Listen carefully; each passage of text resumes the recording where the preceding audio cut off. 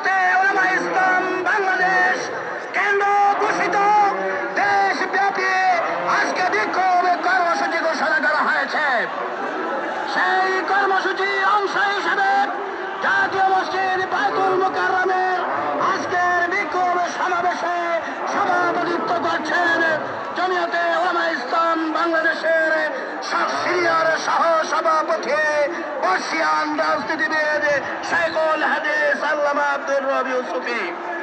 এ পর্যায়ে সংক্ষিপ্ত বক্তব্য রাখছেন ছাত্র জমিয়ত বাংলাদেশের সংগ্রামী কেন্দ্রীয় সভাপতি ছাত্রনেতা রেদওয়ান মাঝারি।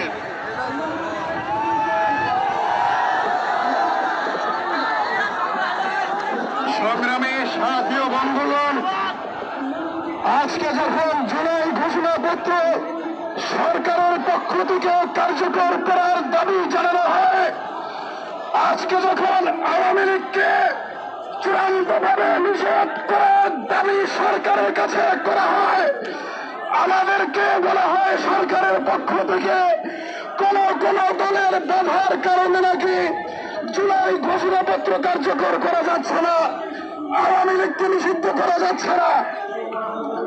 আমি স্পষ্টভাবে ডক্টর ইউনূসকে প্রশ্ন করতে চাই, এদেশে মানবাধিকার কমিশনের কার্যালয় বন্ধ করার জন্য ইসলামপন্থীরা দীর্ঘদিন যাবৎ যেই দাবি করে আসছিল, আপনি কোন শক্তির প্রভাবে মানবাধিকার কমিশনের কার্যালয় স্থাপন করেছেন, তার জবাব আমরা জানতে চাই।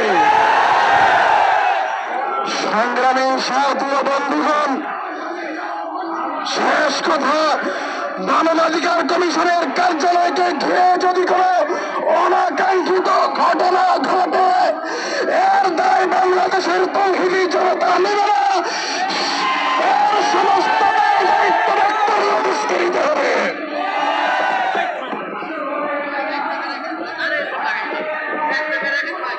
এ পর্যায়ে সংক্ষিপ্ত বক্তব্য রাখছেন যুব জমিয়ত বাংলাদেশের কেন্দ্রীয় সাংগঠনিক সম্পাদক জনাব চৌধুরী নাসির উদ্দিন।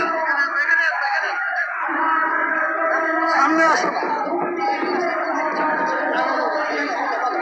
সংগ্রামী সাথী বন্ধুরা, আমার বক্তব্য জাতীয় নেতৃবৃন্দ দিবেন, আমরা শুধু এইটুকু কথা বলতে চাই, ডক্টর ইউনূস সাহেব, you are a Nobel laureate person, আপনি একজন নোবেল বিজয়ী হতে পারেন, কিন্তু আপনাকে মনে রাখতে হবে সুদের অঙ্কের সাথে